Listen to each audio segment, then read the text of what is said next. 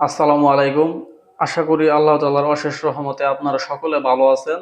বশীকরণ বশীকরণ হায়রে বশীকরণ বশীকরণের পিছনে ঘুরিয়া বিভিন্ন তান্ত্রিক কবিরাজের পিছে ঘুরিয়া আপনার জীবন একবার অতিষ্ঠ। টাকা পয়সা খরচা গেছে অনেক, কিন্তু ফলাফল শূন্য। এরকম ব্যক্তি যারা আছেন, আপনারা নিজে একবার নিজের কাজ করেন, অথবা যারা কবিরাজ আছেন, মুতাকাব্বির আছেন, আমার ভিডিও আপনারা দেখে কাজ করেন, ইনশাল্লাহ আল্লাহ চাইলে আপনার কাজ সম্পূর্ণ হবে।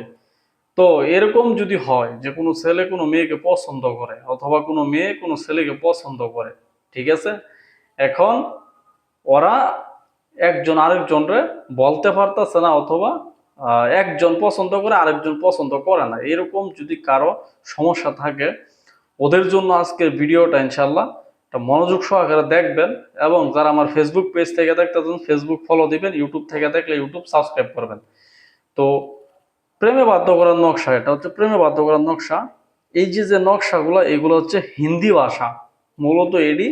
এগুলো হিন্দি ভাষা। হিন্দি ভাষা অনেকে বুঝে না। তো যারা বুঝে না তাদের জন্য তো কিছু করার নাই, তাদের জন্য আমি কোরআনের আয়াত দিয়েও কাজ দিব, ওগুলা করবেন।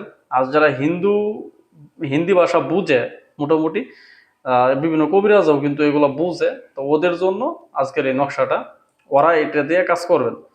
এই যে যে নকশা, এই নকশাটা আপনি অঙ্কন করবেন। কিভাবে অঙ্কন করবেন? শনি অথবা মঙ্গলবারে অঙ্কন করবেন।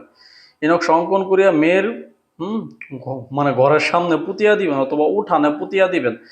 এ দেখেন, মেয়ের নাম মায়ের নাম দিবেন এই জায়গায়, ছেলের নাম বাবার নাম দিবেন এই জায়গায়।